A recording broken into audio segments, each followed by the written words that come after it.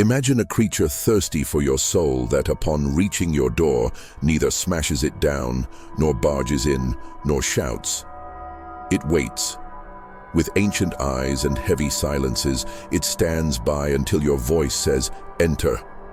This creature needs no force, only permission. And in that simple, seemingly harmless gesture lies one of the oldest and most terrifying pacts in supernatural history: the vampire's invitation. Why does this nocturnal entity, the very symbol of walking death, obey such a strange rule? Why must it be invited to cross the threshold of your home? The answer is rooted not merely in Gothic tales or Eastern European legends, but in the spiritual foundations of humanity itself, in our earliest dwellings, when there were no doors, only passages marked by fear and reverence. The threshold, the strip of ground between the inner world and the outer, has always been treated with care. It is where the known ends and chaos begins. What makes the vampire particularly disturbing isn't the blood it drinks, but the fact that it honors this boundary. It does not invade, it seduces, it waits, and that transforms the monster into something still more sinister, a reflection of our own choice. In this video, we will traverse time, belief, and the veils of fear to understand the reason for the invitation, and what this seemingly innocent act reveals about the demons we ourselves admit. Before the notion of home as we know it, complete with locked doors, high walls, and latches, existed, there was only primitive shelter, caves, tents, and mud huts. Yet even in those earliest spaces, humans sensed that between inside and outside lay a transitional point, a subtle and potent place where worlds touched. This point was the threshold, not simply a physical entrance but a sacred line between safety and threat, order and chaos, the human and the ineffable. This profound understanding of the boundary was not restricted to any single culture. It echoed across civilizations as an almost innate knowledge. Crossing the doorway was no trivial matter, it was a spiritual passage. The Romans, for instance, worshipped Janus, the two-faced god looking both forward and back, guardian of transitions and entrances. Janus was more than a symbol. He was invoked as a shield against external forces. The Greeks hung grotesque masks on their doorways to ward off evil spirits. The Celts placed iron horseshoes above their entrances, iron being believed effective against underworld entities. The Hebrews anointed their thresholds with blood as divine protection. In Japan, homes are still safeguarded by ofuda, paper talismans inscribed with sacred script that mark what may or may not cross the threshold. Thus, the threshold became a sort of spiritual sentinel, a place demanding respect, ritual, and above all, intention. Whatever enters the home must be recognized, it must be permitted. This concept is crucial to understanding the vampire's logic. It does not enter uninvited because it cannot. Its essence is bound to consensual transgression. The monster may be ancient, shadowy, famished, but it is the very structure of the spiritual realm that prevents it from crossing without your assent. This principle also sets the vampire apart from other supernatural creatures. Ghosts pass through walls. Werewolves rend doors apart. Demons can possess without consent. But the vampire alone bows before the threshold and waits. It acknowledges the sanctity of the boundary, and in that respect lies a subtle perversion. It respects only to corrupt. For at the moment you say enter, the responsibility is yours. The threshold is where the sacred meets the profane, and where choices become pacts. It is where promises are sealed, invisible alliances forged. A vampire does not force its way in, for it is not merely a predator, it is an agreement, a symbol that something within you, fear, desire, vanity, or loneliness, wants it there. Thus, the threshold ceases to be merely an architectural feature and becomes a symbolic battlefield. Who guards this frontier? Who decides what may enter and what must stay out? Across history, we have been taught to protect this space, and it is precisely because of that teaching that when we fail, the consequences run deep. For it is never just opening a door, it is opening a destiny. When we gaze upon ancient constructions, we see more than stone, wood, or clay. We see beliefs carved into structure, fears enshrined in architecture. From civilization's dawn, humans built not only shelters but spiritual fortresses. Every detail, every symbol etched on doorposts or buried beneath the floor served as an invisible shield against what was feared, the evil lying beyond. In ancient Mesopotamia, houses were raised upon silent enchantments. Amulets were buried under foundations in every corner of the walls, but most especially beneath the threshold. Tiny statues of protective gods or domesticated demons like Pazuzu lay hidden to keep malevolent spirits at bay. Inscribed clay, tablets did more than carry words. They sealed pacts with higher powers. Every stone was placed with intention. Every step across the threshold became an unconscious rite of purification or protection. In ancient Egypt, the threshold bore magical power as well. Egyptians carved protective hieroglyphs into door jambs and painted sacred symbols upon the lintels. Many of these emblems invoked deities such as Bes, guardian of hearth and childhood, or Hathor, goddess of joy and love, both believed to fend off restless spirits. To enter a home without permission was to disrespect these divinities, a violation not only of the physical dwelling, but of cosmic order itself. In ancestral China, doorways were carefully oriented according to feng shui principles, since the Yaoji positioning of the entrance could attract or repel malignant energies. Mirrors, wind chimes, guardian lion images were all strategically placed to defend against unseen threats. The door thus became a filter, allowing in what was necessary, barring the malevolent. These traditions spanned oceans and centuries. In Celtic villages, iron, especially in the form of horseshoes, hung above doorways as a barrier against fairy folk and trickster spirits. The Celts understood that iron, forged from the earth's depths, carried a vibration hostile to the supernatural, a grounding anchor. In ancient Judaism, the mezuzah endures on doorframes containing verses from the Torah. More than a faith reminder, it serves as a mystical sentinel. In medieval Christianity, blessing the home involved tracing the cross in oil over the threshold, protection against hauntings, witchcraft, and unwanted visitors from beyond. In Japan, ofuda, paper, strips inscribed with sacred words obtained from Shinto shrines, are affixed to doors and windows. These talismans bear the essence of local deities and operate as spiritual barriers, preventing harmful entities from crossing a home's boundaries.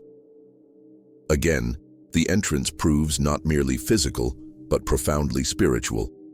Across all these cultures, the central concept remains: evil requires permission to enter. Even the most powerful entities cannot violate certain ancient laws, as though there exists an invisible, unbreakable, universal statute protecting those who understand the threshold's power. It is precisely within this context that the vampire finds its place, not as just another monster, but as a being that comprehends and manipulates this spiritual architecture. It does not invade, it waits. Not out of weakness, but out of fidelity to occult rules governing the unseen. It is a shadow that becomes real only when the light of permission is lit. By requesting entry, the vampire turns an architectural defense, the home's protective door, into a psychological dilemma. Do you seek salvation or seduction? Ancient cultures knew that merely erecting walls was insufficient. They had to guard the soul of the home, and that soul lived in the threshold. The vampire knows this. It need not force entry. All you need do is forget to guard. All you need is a desire for it to cross. And when that happens, what breaks is not merely a spiritual law. It is the pact humanity made with itself from the beginning of time, to protect what is ours against what lurks in the dark. Unlike any other folk creature, the vampire does not impose itself with fury or brute force. It does not smash doors, roar or batter portals with flaming claws. It waits. And it is precisely this waiting that renders it more fearsome than any wild beast. The vampire does not attack the body, it besieges the will. It does not breach barriers, it penetrates desire. It does not instill fear, it feeds upon your trust. And its mightiest weapon is not strength, but the invitation. The invitation is the key, both literally and symbolically. The vampire only enters when you allow it, and that permission is no casual mistake. It is a surrender. It does not invade, for its nature binds it to ancient spiritual statutes that govern the limits between worlds. The same laws that guard the home's threshold also restrain it. Yet the most dreadful aspect is that once invited, it can no longer be halted. What you have authorized now belongs to you. It becomes part of your space, part of your choice. The vampire's respect for these laws is what differentiates it from other monsters. A werewolf in its bestial frenzy recognizes no boundaries. A spirit can pass through walls, defying the laws of matter. But the vampire, it is an aristocrat of darkness. It knows the rules and plays by them. Its power lies in appearing civilized, presenting itself as guest, not threat. It need not fight for entry. It must seduce, convince, secure your consent. Therefore, the vampire is also the most human of monsters. It dresses as we do, speaks as we do, walks among us. Its disguise is existential, not merely aesthetic. It craves acceptance, seeks reception, desires to be invited inside. And in that desire it hides. It is not an invader. It is a mirror reflecting the lapses in our vigilance. In Eastern European folklore, the vampire's nature remains consistent. It prowls, it watches, it haunts. It listens to whispered conversations, scents the air for fear. Yet it does not cross the threshold. It waits for someone, often someone lonely, fragile, desperate, or deluded, to say, "You may enter." Sometimes that invitation takes the guise of courtesy, at others of compassion, often of desire. But in every case, it is the human voice that liberates it. And that is the cruelest truth. Evil does not conquer by force, it prevails by consent. In Gothic literature, especially from the 19th century onwards, this dynamic grows even more perverse. In Bram Stoker's Dracula, the Count does not storm into Mina or Lucy's homes. He seduces, ensnares, infiltrates the heart before crossing the portal. When he finally enters, it is no longer a violation but a consummation. He moves as though he had always belonged to that place, as though the house had always awaited him.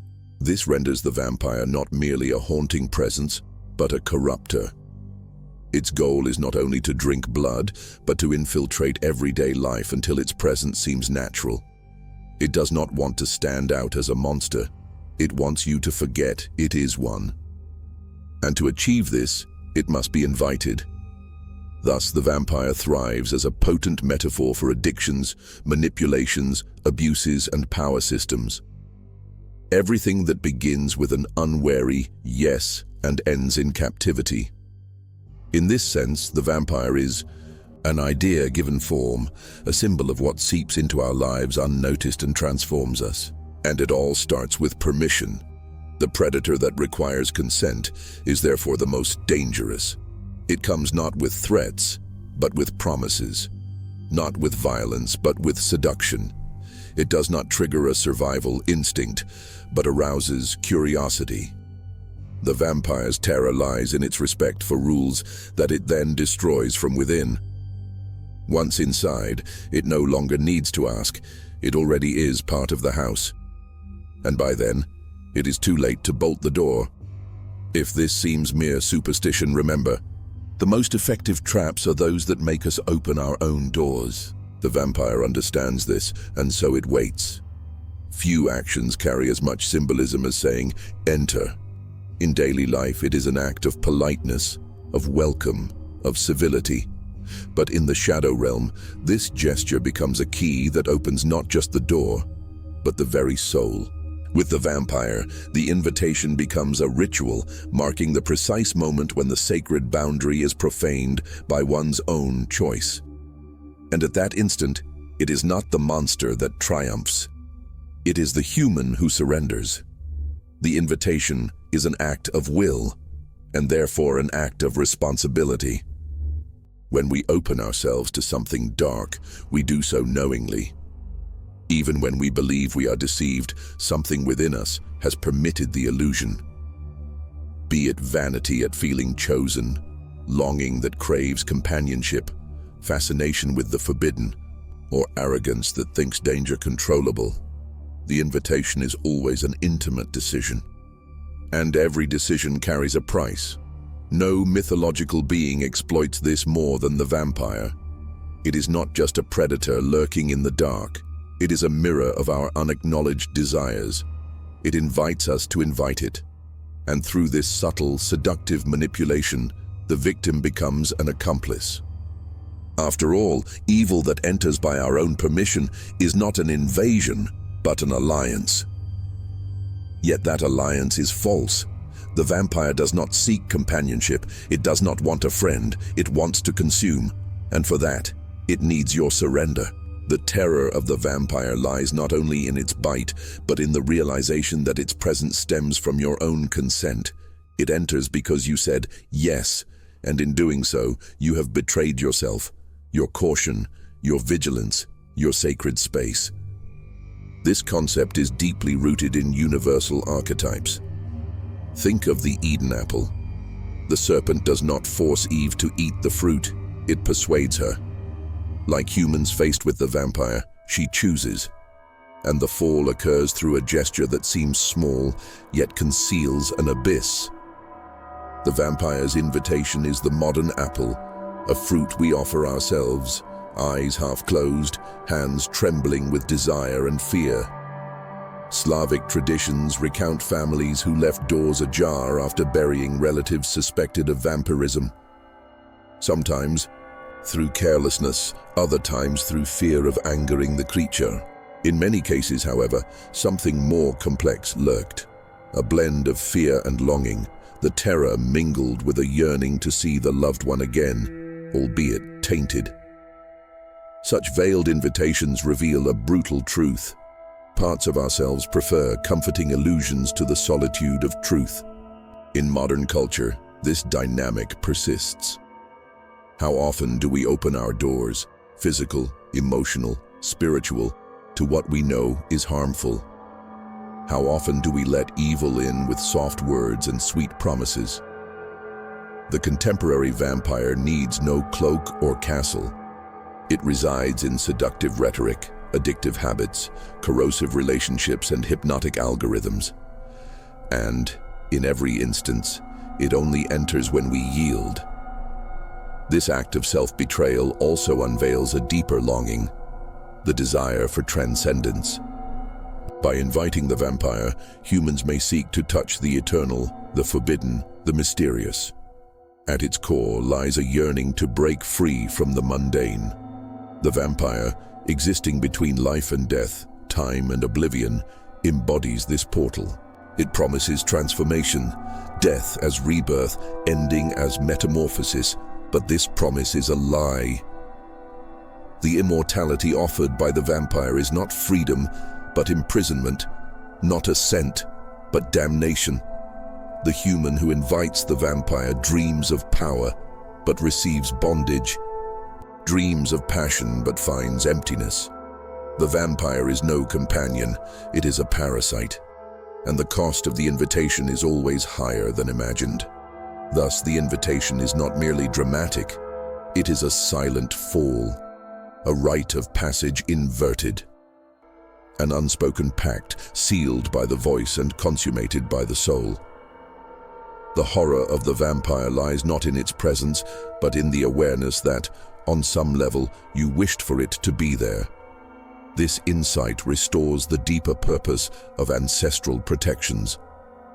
Amulets, symbols, rites, they all serve to remind us that evil does not enter simply because it wills.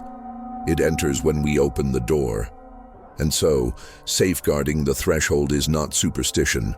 It is wisdom, a reminder at every sunset that forces outside long to come in, and that our own voice, our desire, is the true seal that holds them out. The vampire that waits is not weak, it is patient, for it knows that sooner or later, someone will forget to guard. Someone will crave companionship. Someone will covet the forbidden. And then, a whisper, a gesture, a yes will suffice, and evil will be welcomed. When we contemplate the vampire awaiting an invitation, we do not merely delve into folklore's quirks. We confront a dark mirror reflecting our most intimate choices. The true horror is not the creature outside, but the fact that it relies on us to exist in our world. The vampire, in this sense, personifies evil that needs a breach, and that breach almost invariably is human. To say enter to the vampire is more than an act. It is a confession, an admission that for a moment we neglected our watch, that we preferred the strange over the safe. The vampire forces us to reveal what we are willing to sacrifice for an empty promise: power, beauty, companionship, immortality. The invitation, then, is the ritual of the fall, a simple gesture encompassing profound psychological and spiritual complexity. It compels us to face an uncomfortable truth, that often we are accomplices of what threatens us most. And that makes the vampire unique. It does not have to fight you, it only needs you to surrender.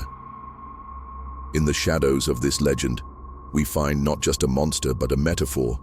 The vampire that must be invited reminds us everlastingly that evil often enters only when invited. And in that invitation, we glimpse our oldest vulnerability, the urge for what we should not, the opening of doors that must remain closed. Behind the sharpened fangs and hypnotic gaze, the vampire carries an ancient warning. Violence is not required for evil to enter, only an invitation. It does not smash, it waits. It does not conquer, it seduces. And the moment you allow, it has already won. Because unlike other monsters, the vampire demands that its victim partake in their own undoing. Throughout history, entire cultures devised rituals, symbols, and protections to preserve the threshold. That space between the known and the unknown, the sacred and the profane. Yet always, what defined evil's entry was the will of those within. The invitation transforms external terror into inner guilt. What once was mere fear becomes destiny. Which other creatures do you invite without realizing? Which ideas, addictions, people or choices pass through doors you have left ajar? The vampire myth does not belong solely to Gothic tales. It lives in the small, everyday decisions we make, every yes uttered from need, vanity, or desire, every door opened by the illusion of control. By journey's end, one question remains: how many invitations have you extended without knowing? Until our next descent into history's shadows.